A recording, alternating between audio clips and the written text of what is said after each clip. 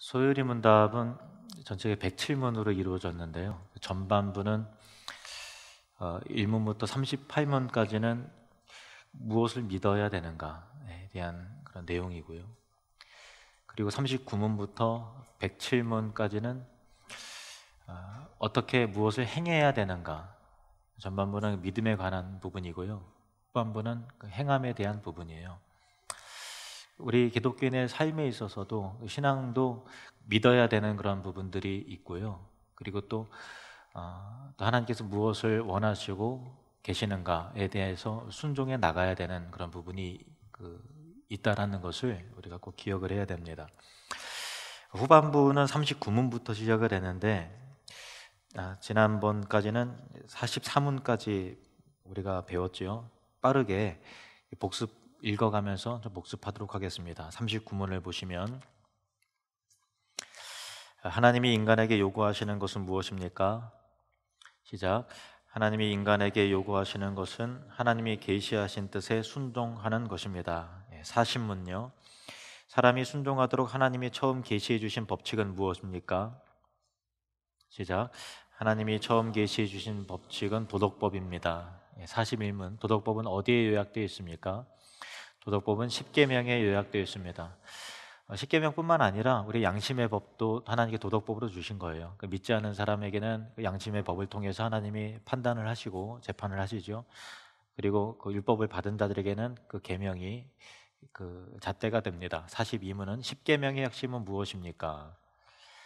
십계명의 핵심은 우리 마음과 영혼과 힘과 뜻을 다하여 주 하나님을 사랑하고 우리 이웃을 우리 자신처럼 사랑하는 것입니다. 요즘에 계속 반복되는 내용이죠. 43문을 보시면 십계명의 머릿말은 무엇입니까? 십계명의 머릿말은 나는 너를 애굽 땅 종 되었던 집에서 인도하여 낸 내 하나님 여호와니라입니다. 44문을 보시면 십계명의 머릿말이 우리에게 가르쳐 주는 것은 무엇입니까? 십계명의 머릿말이 우리에게 가르쳐 주는 것은 하나님이 주님이시요 우리의 하나님이시며 구속자이시기 때문에 우리는 하나님의 모든 계명을 반드시 지켜야 한다는 것입니다. 네. 지난번에는 이 43문까지 배웠습니다. 오늘은 제1계명인데요. 제1계명은 45문부터 48문까지 연결이 되어 있습니다. 연속해서 좀 읽어보도록 하겠습니다. 45문을 보시면 제1계명은 무엇입니까? 1계명은 너는 나 외에는 다른 신들을 내게 두지 말라입니다. 46문요. 1계명이 요구하는 것은 무엇입니까? 1계명이 요구하는 것은 하나님만이 유일하고 참되신 하나님이요 우리 하나님인 것을 알고 인정하며 이에 합당하게 하나님을 예배하고 영화롭게 하는 것입니다. 그리고 47문 1계명이 금지하는 것은 무엇입니까? 1계명이 금지하는 것은 참되신 하나님을 하나님이요 우리 하나님으로 인정하지 않거나 예배하지 않고 영화롭게 하지 않는 것이며 오직 하나님께 돌릴 예배와 영광을 다른 것에게 돌리는 것입니다. 48문 1계명에서 나 외에는 이란 말이 특별히 가르치는 것은 무엇입니까? 시작. 1계명에서 나 외에는 이란 말이 가르치는 것은 모든 것을 보시는 하나님이 다른 신을 섬기는 죄를 아주 싫어한다는 것입니다. 여기까지가 이제 제1계명 이 45문부터 48문까지 4개의 문항으로 이루어져 있죠.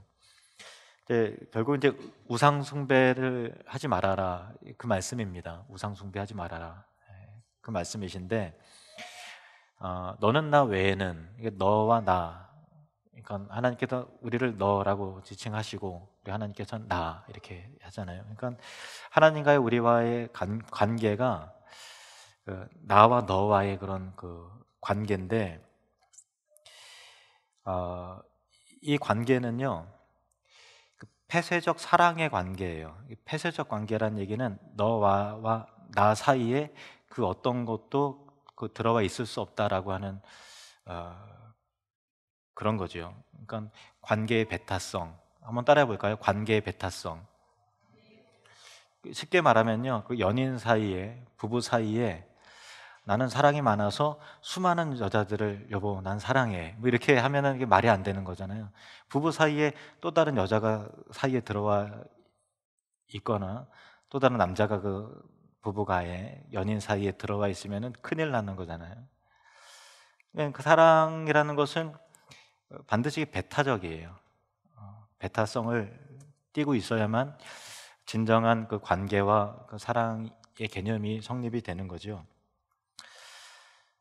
그 몇 년 전 일인 것 같은데요. 그 제 아내가 TV 프로그램을 보다가 문득 저한테 이렇게 묻더라고요. 당신도 다른 여자 쳐다본 적 있어요? 제가 뭐라고 얘기했을까요?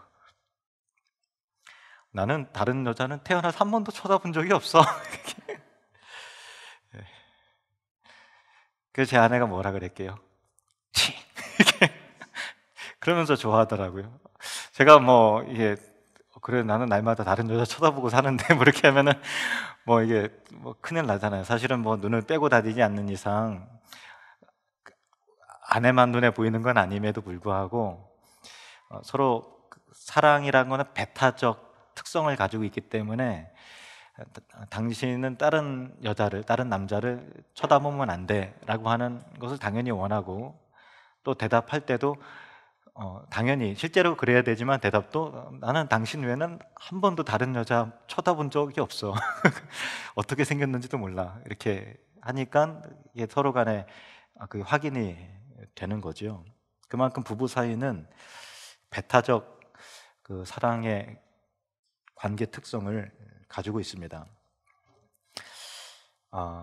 우상 숭배를 하나님께서 금하시는 이유는 하나님과 우리와의 관계가 하나님과 너와 나 사이에 또 다른 대상이 들어가 있으면 그걸 우상이라고 하는데, 우상이 들어있으면 하나님과 우리와의 관계가 깨지지요. 그래서 하나님께서 너는 나 외에는 다른 신들을 내게 있게 하지 말라, 그렇게 명령하신 겁니다. 그런데 오늘날 그리스도인들은 그 옛날에 성경에 나오는 바알신과 아세라신이라든가 아스다롯 뭐 그런 것들을 우상으로 겉으로 이렇게 섬기지 않기 때문에 그 태국 같은 경우는 그 우리는 그래도 뭐랄까 이 하나님을 믿으면 동시에 절에 안 나가잖아요. 하나님을 믿으면 우리나라 사람들은 어떤 그 유교적 사상 때문에 그런 건지 잘 모르겠는데 하나님 믿으면 어떤 하나님을 향해 충성해야 된다라는 것, 그것이 우리 한 민족 가운데는 이게 정서가 있어요. 그런데 태국은 교회 다닌다 그러고 세례도 받지만 여전히 또 불교에 가고 그걸 이제 아무렇지도 않게 그렇게 하는 그 정서가 있다 그래요. 그래서 참 사람을 예수님 믿게 하고 오직 하나님만을 믿게 하는 게 참 태국 선교사님들한테는 너무나 힘든 일이다, 뭐 그런 얘기를 들어본 적이 있는데, 우리는 눈에 보이는 뭐 다른 신을 섬기지 않죠. 그러니까 우리가 우상을 섬기지 말라고 하면 대부분의 그리스도인이 나와 별로 관계가 없고 그냥 다른 종교의 다른 사람들에게 다른 사람과 관련된 그 명령으로 그렇게 남의 문제로 치부해 버리는 그 경향이 있는데요. 그러나 겉으로 보기에는 우리는 우상을 섬기지 않죠. 그런데 현대 그리스도인들은 고대인들보다 우상 숭배의 유혹에 더 많이 노출이 돼 있어요. 왜냐하면 우상이라고 하는 것은 어떤 그 외부적인 어떤 우상의 대상을 그 외부에 있다기보다도 우리 내면의 우상이기 때문에, 우리 내면이 우상을 만들어가기 때문에 그래요. 그래서 칼빈 선생님이 사람의 마음은 우상을 만들어내는 공장이다, 그렇게 말했어요. 끊임없이 우상을 우리 마음 가운데 만들어낸다는 거죠.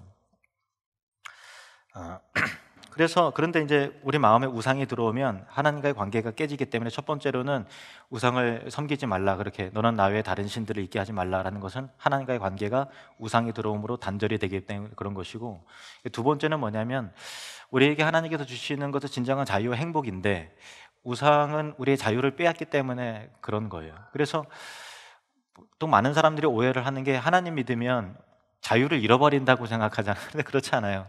예수 그리스도를 믿으면 우리 안에 진정한 그 자유가 생기는데, 그 우상을 섬기기 시작하면 우상을 두려워하고 우상의 종이 되고 자유를 빼앗겨요. 그러니까 실제로 이제 이스라엘 백성들에게 400년간 애굽의 노예로 있다가 구원받은 애굽 사람 그 이스라엘 백성들에게 이 십계명을 줄 때 그들은 400년 동안 애굽의 여러 가지 신들을 접하면서 살았지요. 400년 동안의 그 노예 생활이 점점 가중되고 힘들어질 때 이스라엘 백성들이 살려달라고 그랬을 때 애굽의 신이 이스라엘 백성들을 자유케 했나요? 건져줬나요? 구원했나요? 그렇지 않아요. 오직 하나님만이 그들을 자유케 하셨습니다. 이스라엘 백성들은 애굽에서 종로를 타면서 이 세상의 신들은, 애굽의 신들은 우리를 자유케 하는 신이 아니라는 것을 절실하게 경험을 했죠. 우리 이 모든 사람들은요, 누구나 풍요와 건강과 안전을 추구하는 과정에서 흥미롭게 신들을 만들어내요. 그래서 그 100% 나는 우상과 관계가 없다는 사람이 이 가운데 저를 비롯해서 여러분 한 사람도 없어요. 왜냐하면 우리는 뭔가 자꾸만 하나님 외에 다른 것을 기대고 자꾸 섬기려고 하는 우상 공장이 우리 안에 들어가 있기 때문에 우리 내면에 실질적으로 뭐 우리가 뭐 불상에 절을 하거나 또 귀신에게 찾아가서 뭐 이렇게 뭐 어떻게 하거나 또 바알신과 아세라신을 섬기는 건 아님에도 불구하고 내 마음 가운데 하나님을 자꾸만 대체하는 뭔가 그 하나님보다 더 다른 것에 더 마음을 쏟는 그런 일들이 우리 가운데 늘 있어요. 그런데 이렇게 인간이 만든 신들은 우리 인간이 그 신을 만들었음에도 불구하고 그 신이 인간을 오히려 그 속박을 해요. 그러니까 그냥 내버려두지 않는다는 데 아이러니가 있어요. 왜냐하면 사람들이란 것은 자기들이 만든 신을 결국 의존하게 되고 의존할 수밖에 없기 때문에 조만간에 이 우상들은 실제로 없는 신인데 실제 신의 역할을 하게 돼서 인간을 지배하고 통제하기 때문에 그런 거예요. 예를 들면은 돈이 그렇죠. 돈이 우상이죠.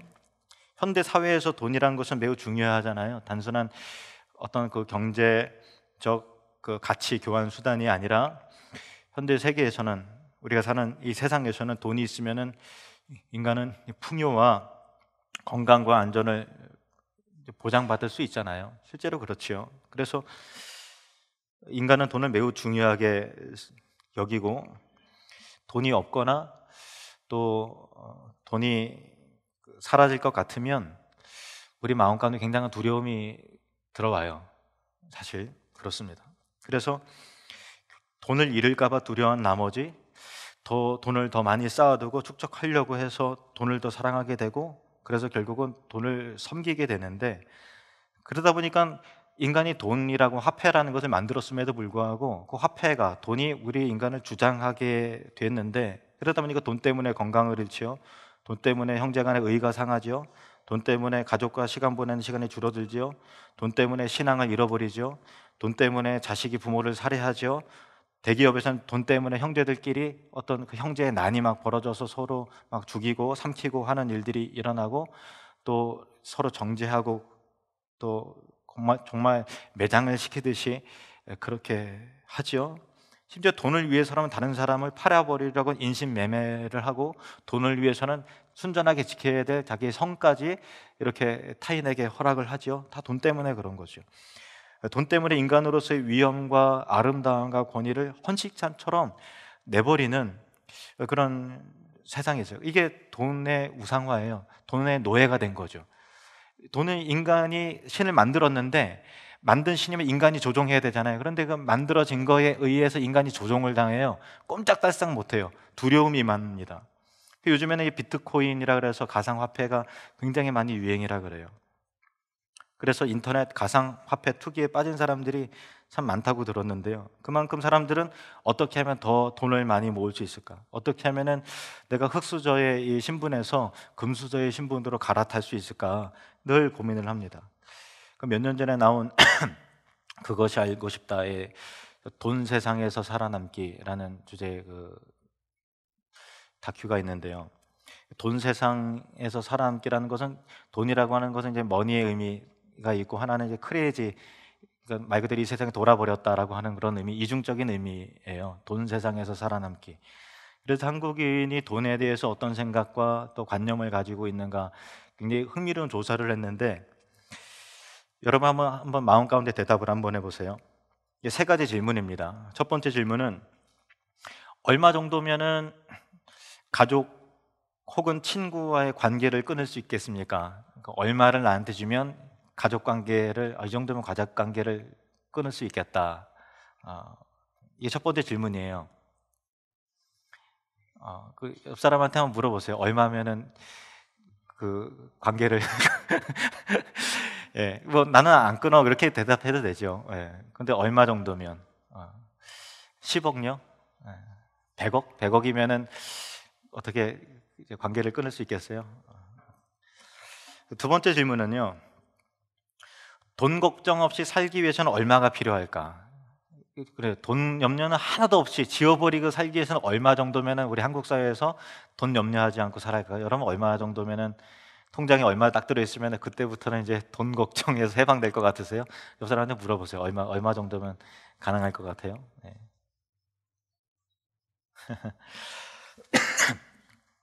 세 번째 질문은요.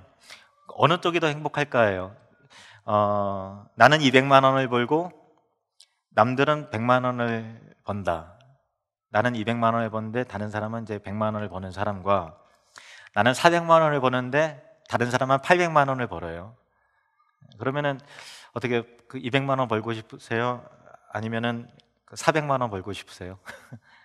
한번 옆 사람한테 물어보세요. 200만 원 벌고 싶으세요? 400만 원 벌고 싶으세요? 어떤 게 맞는 것 같으세요?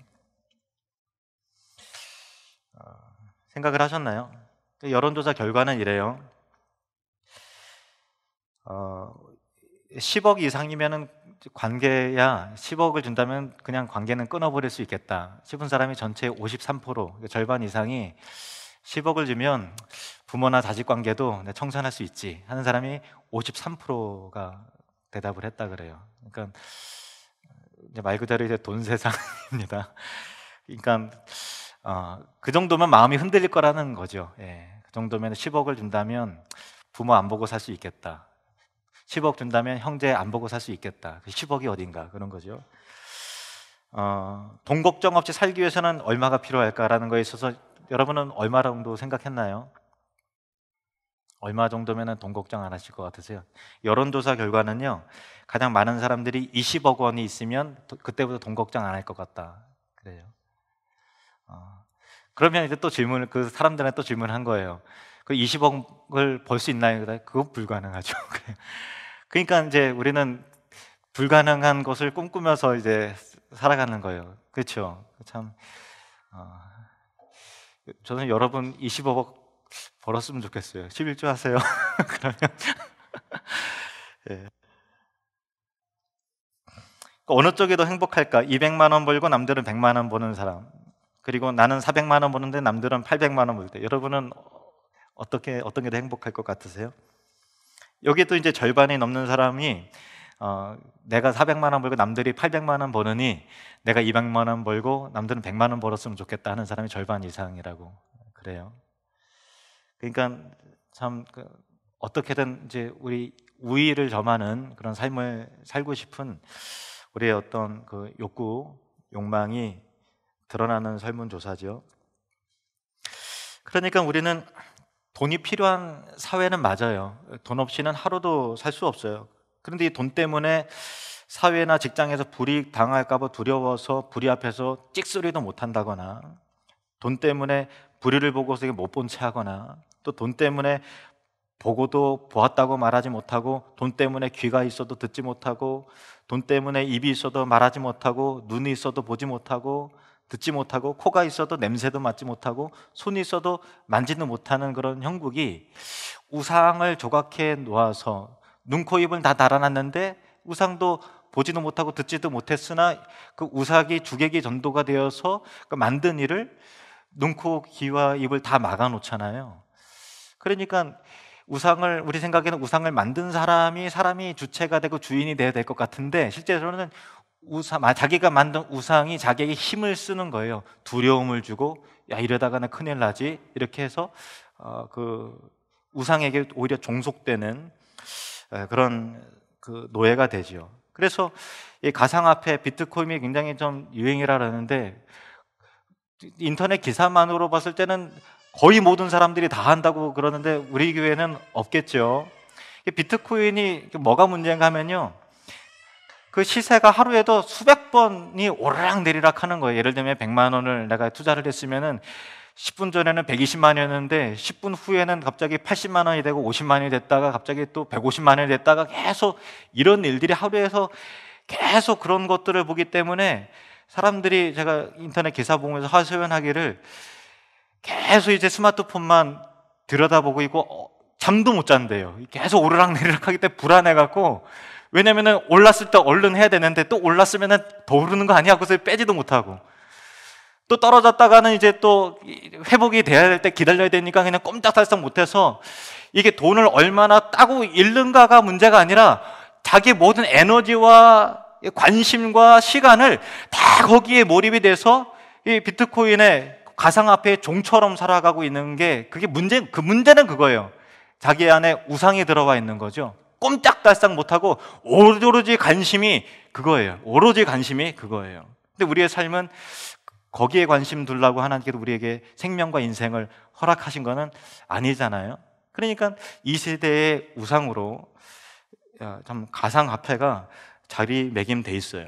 근데 이 모습을 시편 115편에서 아주 정확하게 지적을 합니다. 시편 115편 4절에서 8절 말씀을 보시면, 그들의 우상들은 은과 금이요 사람이 손으로 만든 것이라, 입이 있어도 말하지 못하며, 눈이 있어도 보지 못하며, 귀가 있어도 듣지 못하며, 코가 있어도 냄새 맡지 못하며, 손이 있어도 만지지 못하며, 발이 있어도 걷지 못하며, 목구멍이 있어도 작은 소리조차 내지 못하느니라. 8절 말씀 같이 읽겠습니다. 시작. 우상들은 만드는 자들과 그것을 의지하는 자들이 다 그와 같으리로다. 그죠? 우상은 눈, 코, 입 다 달아놨는데 실제로 보나요? 만지나요? 걸어 다닐 수 있나요? 우상은 그냥 조각품에 불과한 건데, 아이러니하게도 만든 사람이 그 우상에게 생명을 부여하자 그 우상이 조각한 사람들에게 그렇게 조각해버려요. 눈, 코, 입을 다 막아버려요. 자유를 잃어버리게 해요. 오매불망 돈 하면서 정말 돈을 축적하기 위해서 그렇게 살아가는 진정한 자유를 그 우상이 다 빼앗아 버리죠. 이것이 돈만 국한되겠습니까? 우리 어떤 인간의 성공지향적인 욕구라든가 어떤 성적인 그런 쾌락을 좋아하고 사모하는 거라든가, 또 자기가 끊지 못하는 어떤 술이라든가 담배 중독이라든가 중독과 관련된 부분, 또 인터넷과 관련된 부분들, 또 음란 영상이라든가 등등, 그런 모든 것들이 우리 안에 우상이 들어오면 다 우리를 마비시켜 버려요. 그래서 우리의 자유를 빼앗고 오로지 거기만 골몰이 되고 그것만 이렇게 바라보도록 완전히 종으로 노예로 묶어버린다라고 하는 그런 것입니다. 이것이 하나님 외에 다른 신을 섬기지 말라라고 했을 때, 우리를 위한, 우리에게 진정한 행복과 자유를 주시기 위한 하나님 아버지의 진정한 그 마음이라는 것을 우리가 알아야 됩니다. 그러면 우리는 어떻게 살아야 될까요? 앞서 살펴본 것처럼 우리 인간이라는 것은요, 우상에서 완전히 해방될 수 없어요. 우리 안에 끊임없이 우상이 들어와요. 끊임없이 우상이 들어오기 때문에 완전한 100% 해방이라는 것은 우리 삶 가운데 있을 수는 없습니다. 특히 오늘날 돈이 그래도 제일 중요하잖아요. 이 설교를 들으면서 여러분 마음 가운데 그래도 돈이 있어야 살죠, 목사님, 그런 말씀, 그런 생각하고 계시잖아요. 그 돈이 얼마나 큰 우상인지는 알지만, 그렇다고 돈을 떠나서는 돈과 상관없이 초연하게 살 수도 없는 노릇 아니겠습니까? 현대 사회에서는 돈 없이는 단 하루도 살기 어렵습니다. 그렇다면 우리는 돈을 우상으로 섬기지 않으면서도 돈을 가지고 사는 법을 배워야 되고, 우리가 지위를 가졌어도 그 지위를 우상화하지 않고 지위를 활용할 수 있는 법을 배워야 되겠죠. 돈이 신이 된 세상에서, 돈 없이는 불편하기 그지없는 세상에서 어떻게 해야만 돈의 노예로부터 해방이 될 수 있을까요? 그 방법은 오직 한 가지밖에 없어요. 따라합시다. 너는 나 외에는 다른 신들을 내게 두지 말라.